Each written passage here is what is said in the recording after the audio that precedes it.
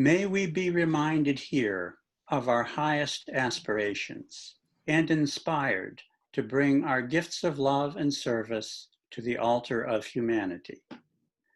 May we know once again that we are not isolated beings, but connected in mystery and miracle to the universe, to this community, and to each other.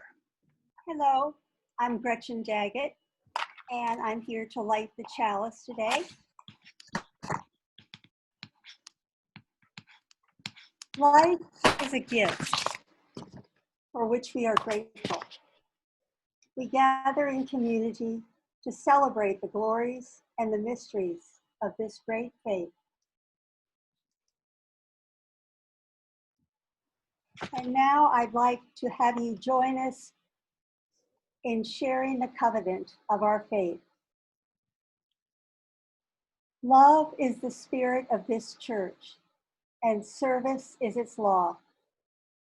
This is our great covenant, to dwell together in peace, to seek the truth in love, and to help one another. As always, our ministry goes on, even though the church building is closed, and you can make an offering before, during, or after the service via our website, www.walthamuu.org. Half of the weekly offering plate will be shared with Healthy Waltham today. You can use a credit card or PayPal account to make your donation. Thank you so much.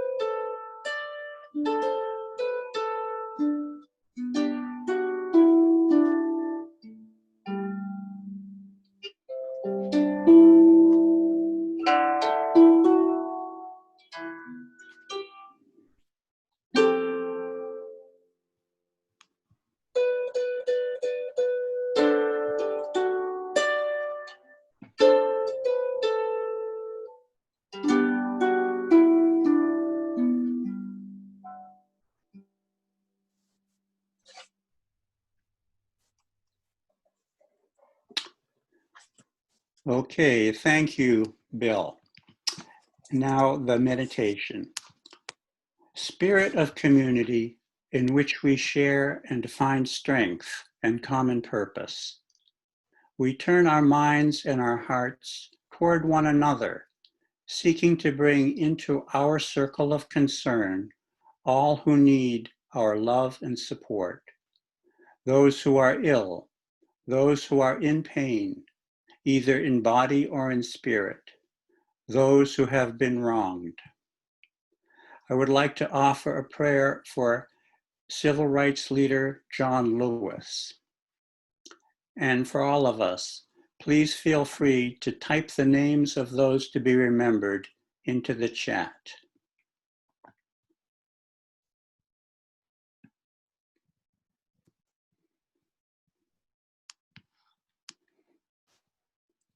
We are a part of a web of life that makes us one with all humanity, one with all the universe.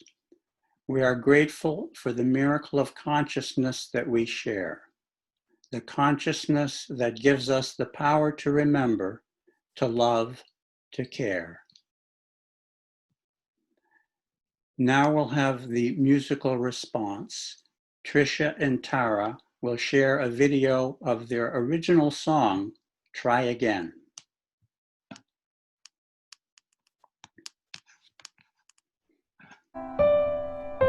I don't wanna be here right now. Parts of the tower came crumbling down. Outside everything is falling apart. Inside my heart is aching. I won't cry here, no, I won't, not today.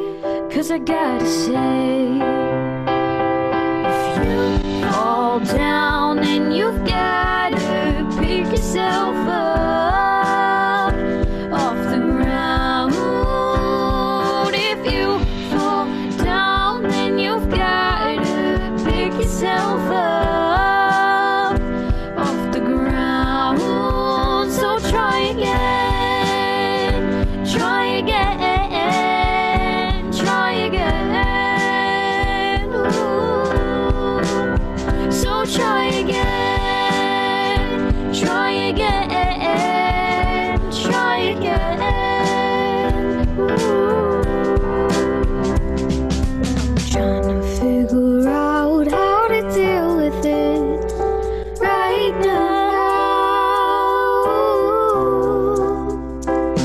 But I'm still hearing a crumbling sound. Ooh. Outside everything is tumbling, and inside I can't describe it. Tears rushed down my face, but I wiped it away. 'Cause I have to say, if you fall down, then you've gotta pick yourself up off the ground. If you fall down, then you gotta pick yourself up off the ground. So try again, try again, try again. Ooh. So try again, try again, try again. Ooh.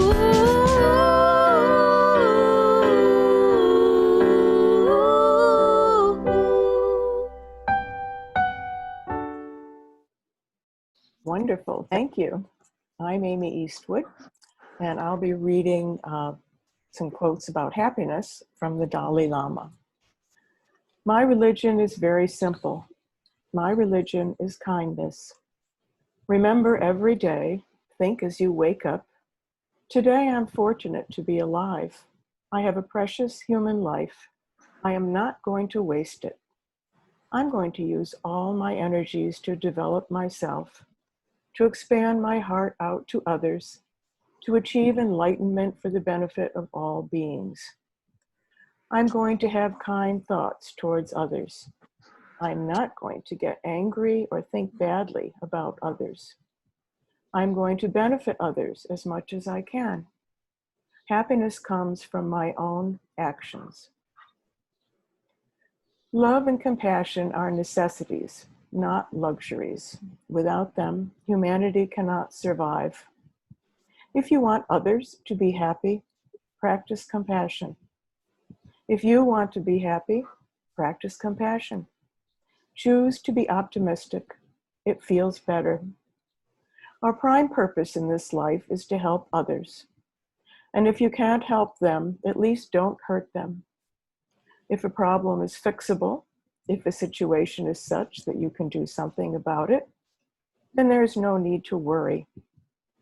If it is not fixable, then there is no help in worrying. There is no benefit in worrying whatsoever. This is my simple religion. No need for temples, no need for complicated. Good morning. And now we'll hear the morning message. Thank you. The path to happiness. Hi. What is the path to happiness? Brenda and I have been very interested in this topic, and we took an online course called The Science of Well-Being from Yale University. It focused on happiness, and we learned some astounding things. It turns out that the very things that we typically assume will bring us happiness, for example, getting a raise or winning a lot of money, do not bring us sustained happiness. Scientific studies consistently prove that these things do not last long. Shortly after getting a significant raise, people adjust to it. When questioned, they say they aren't happy yet. They need 40% more money. Then they'll be happy. Yale scientists say there is actually something wrong with our minds, which they call, quote, an annoying feature of the mind that comes into play when we think about what will bring us happiness. Our first assumptions about what will bring us joy are generally wrong. Here is an example. In a major scientific study conducted with people who rode public trains, study participants were divided into two groups. The first group was told to get on their train and remain silent during the trip. That was their typical procedure anyhow. The second group, however, was told that they had to interact with someone else on the train. They had to engage in some form of conversation. Before they boarded their trains, each participant was asked what they anticipated their happiness level would be on the trip. Those who were going to be silent anticipated that their happiness level would be moderately high, a pleasant trip. The group that was asked to engage others in conversation felt some anxiety as they thought about it, and they predicted that their level of happiness would be lower than average on the trip. Then they took off on their trains. After the train trips, when the people who were silent were interviewed, and they said their happiness level during the ride actually was considerably lower than they had expected. The people in the second group, on the other hand, who are obliged to speak with other people on the train, reported a marked increase in their happiness. So the results turned out to be the opposite of what the participants had expected. Those who were kind of forced to engage socially made a pleasant discovery that socializing made them much happier than they had expected. The conclusion from the study is that our minds make false assumptions about what will make us happy, like higher income. Also, our minds make false predictions about what will make us happy, such as a silent ride on the train. As a result, we are unhappy a good deal of the time. So, what does make us happy? Social scientists have measured this, and studies show there are two main things that will bring us happiness. The first is communicating socially. Almost universally, both parties in social interactions have a marked increase in their level of happiness, which is sustained afterwards for a considerable period of time. I experience happiness teaching English as a second language online. I enjoy the challenge of understanding students from faraway places like China, Guinea, Zimbabwe, and I get satisfaction from teaching them English. The students are grateful. We generally become friends. With COVID-19, video communication is perhaps not quite as satisfying as in-person connections. But here we are now, we're doing it. Our church services, committee meetings, and group discussions conducted on Zoom all boost our happiness level. In particular, I found that the small group ministry meetings, which I facilitate with Brenda and Gretchen, are very satisfying and raise my level of happiness. The second thing that is sure to raise personal happiness levels is performing acts of kindness. A scientific study showed that when people were given a certain modest amount of money to use, either to buy themselves a coffee or to buy someone else a coffee, the people predicted that they would feel happier buying themselves a Starbucks latte than buying someone else one. But when the experiment was done, the group that bought coffee for someone else had a much higher happiness level than the group that bought coffees for themselves. In fact, the study proved that if random kindness acts were performed several times in one day, the person's happiness level rose especially high and stayed that way for as long as a week. Interestingly, small-scale acts of kindness had as powerful an effect on raising happiness as large-scale ones. I had a personal experience of this. A few months ago, I went into Boston to a big climate change demonstration. To get some lunch, I joined the end of a long line in front of a trailer selling tacos and burritos. But the young woman in front of me seemed like she wasn't paying any attention. There was a big space between her and the next person. People were walking through it. I felt annoyed, and I was about to say, "Can you close up the line?" when I caught myself. Ooh, she's not a bad person. We're on the same side. So I said, "Hi, are you here about the climate crisis?" She was delighted to talk. We had a great conversation. But when it was her turn at the window, she was taking a long time and fishing around in her purse. However, in my now more positive frame of mind, I approached and said, "Can I help?" She was embarrassed and said she'd forgotten her wallet. I immediately offered to pay for her lunch. She was so grateful, and I was flying high happy all the rest of the day. So we've uncovered two ways to bring happiness to ourselves, two proven things. First, even in this time of physical isolation, we can communicate socially with other people. We can do that with Zoom, Google, WhatsApp, Skype, FaceTime, or the good old telephone. Even if we're wearing a mask, we can say hi and wave to people we see outside. We can go for walks with friends. We can have a bring your own dinner on the patio event, keeping a recommended distance. And Brenda and I ate outside at a restaurant on Moody Street last week. The second thing we can do is perform either systematic or random acts of kindness. I actually counted them, and there are 2 bazillion possibilities, 2 bazillion different ways to do this. One terrific way is at First Parish through the pastoral care team. We'll get a chance to share acts of kindness ideas with each other in the breakout groups. But the one final thing that we learned from Yale is, and this the professor emphasized, the most important point. Simply knowing that social communication and acts of kindness will bring us happiness is not enough to make us happy. Only putting these things into practice, only taking action on them will make us happy. On that note, I'd like to turn it over to Brenda. Thank you, Andy. Recently, I had an opportunity to do something that brought me joy. As a member of the First Parish Board of Managers, we were asked to take turns writing and sharing a personal faith statement. One of the key elements of my faith is the importance of putting faith into action.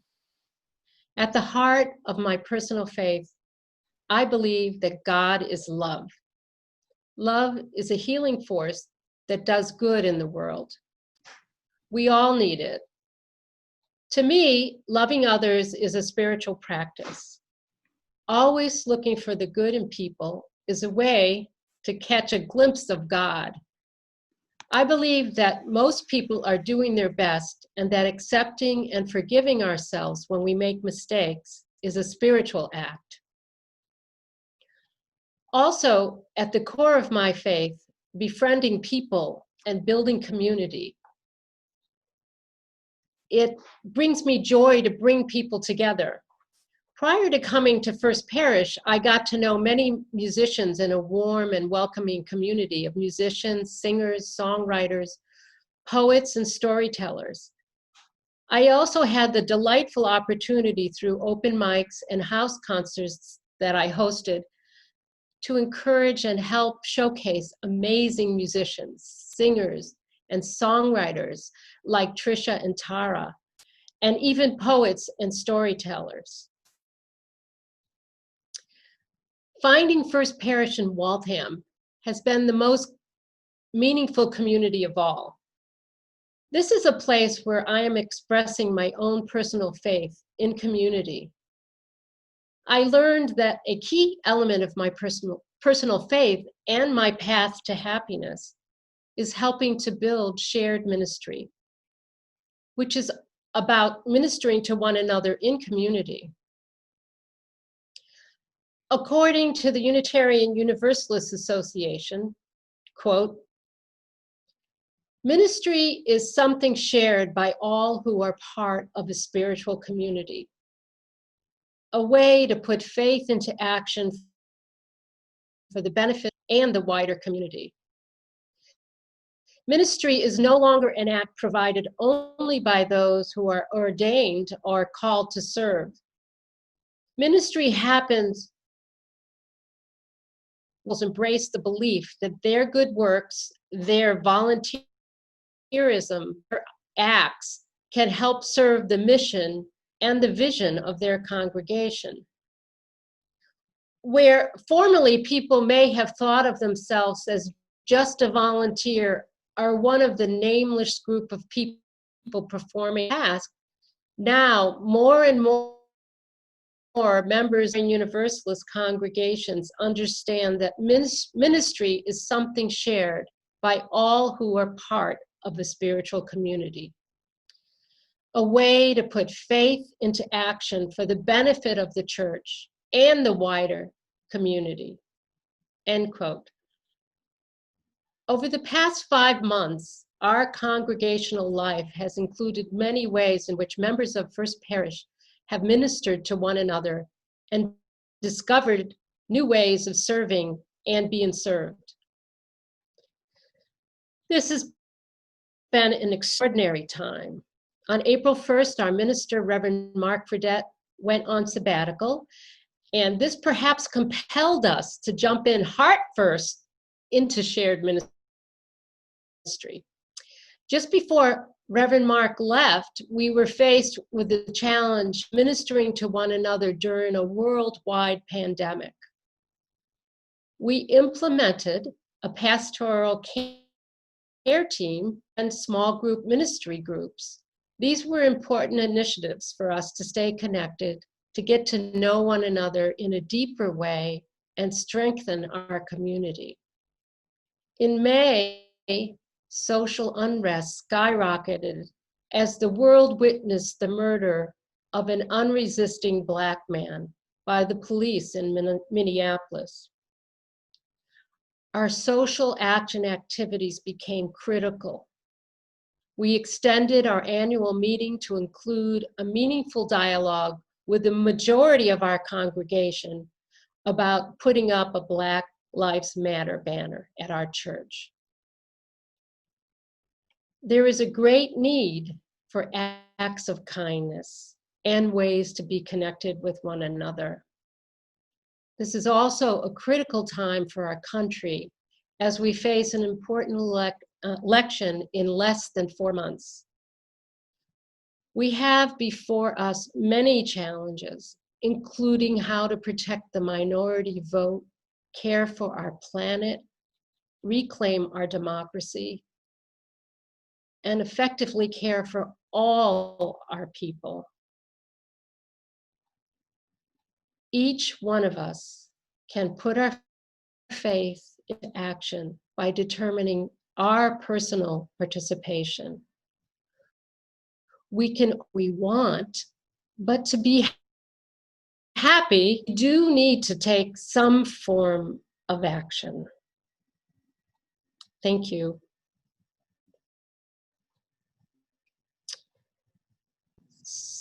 Now, we will now break into small groups.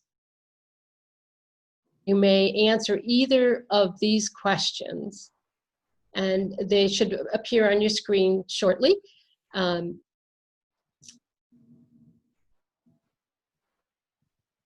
What are some acts of kindness, good social connection, or social action possibilities that I know of?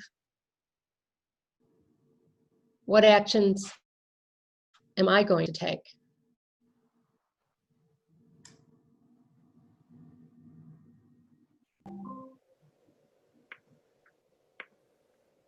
Brenda, you're up next. Okay, great. So oops, was premature. We're going to have a sing-along, and in a few minutes you'll see the words on your screen.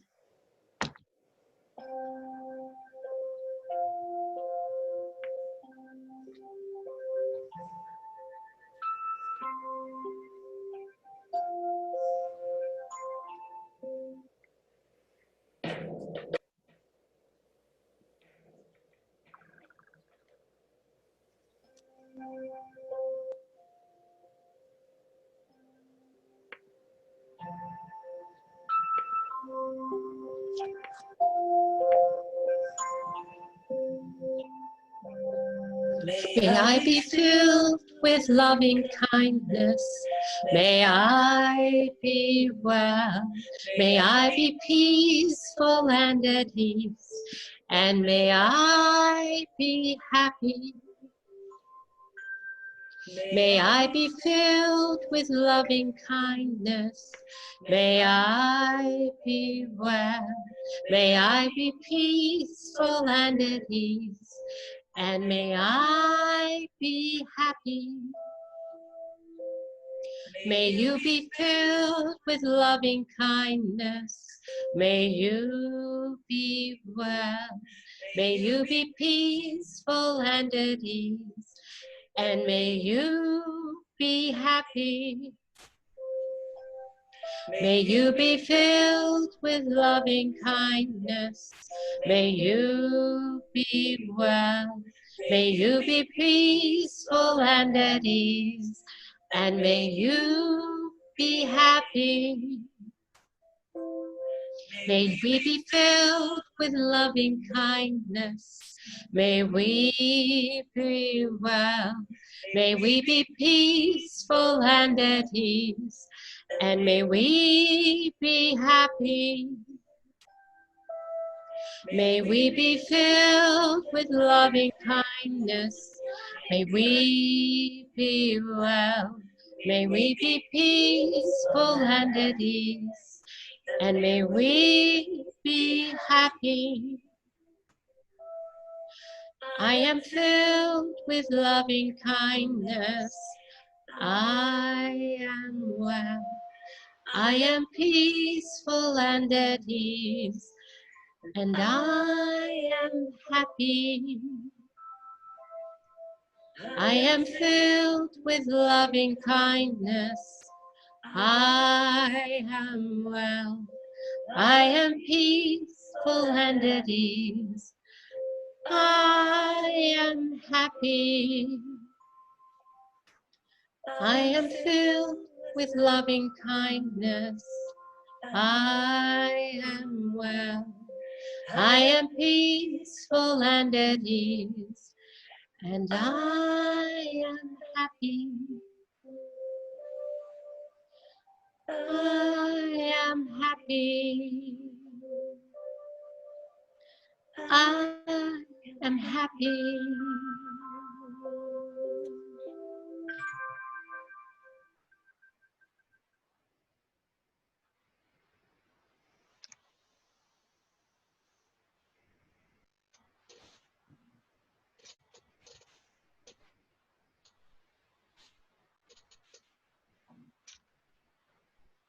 Our closing reading from our hymnal, Blessed Are Those. Blessed those who yearn for deepening more than escape, who are not afraid to grow in spirit. Blessed are those who take seriously the bonds of community, who regularly join in celebration and learning, who come as much to minister as to be ministered to. Blessed are those who invite their friends to come along, to join in fellowship, learning, and growth. Blessed are those who speak from their hearts and alive their sense of humor. Blessed are those who know that the work of the church is the transformation of society, who have a vision of beloved community, transcending the present, and who do not shrink from service or change.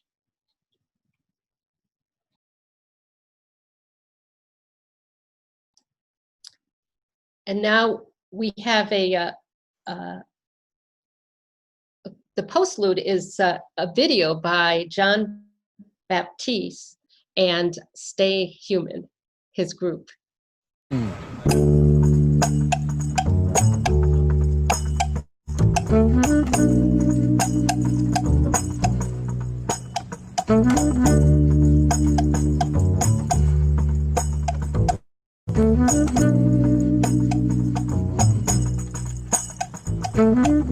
Here's a story.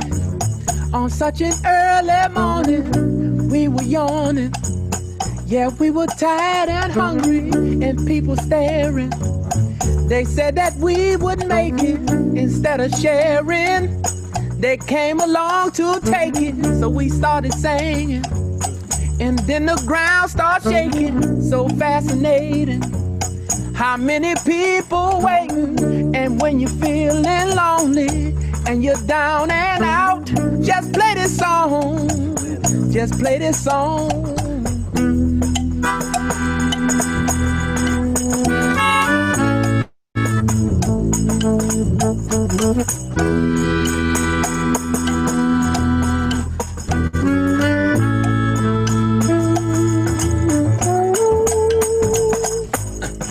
We were standing with our backs against the wall, and now we're standing, we've got it all. And all I know is that we must believe in love. You got to believe in love.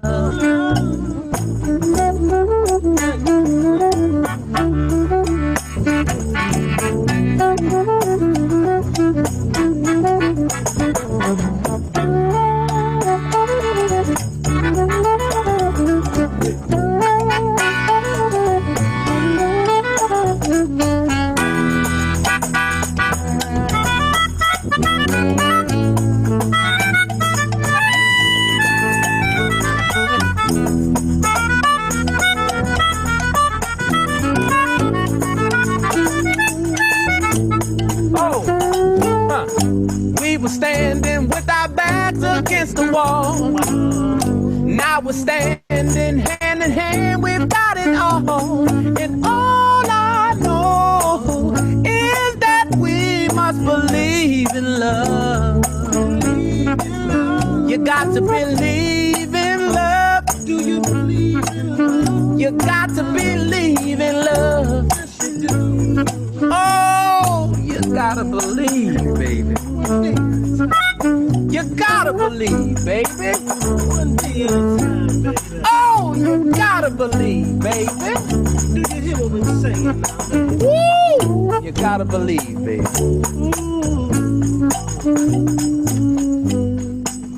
Don't believe it.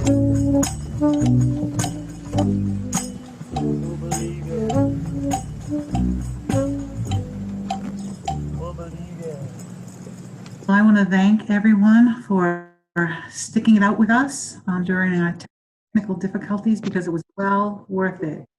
Thank you very much to Andy and Brenda, but all to all the others too that helped make this work.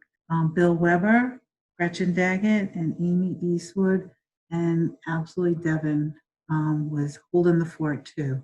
So, and lots of support. So thank you very much for another wonderful service this morning.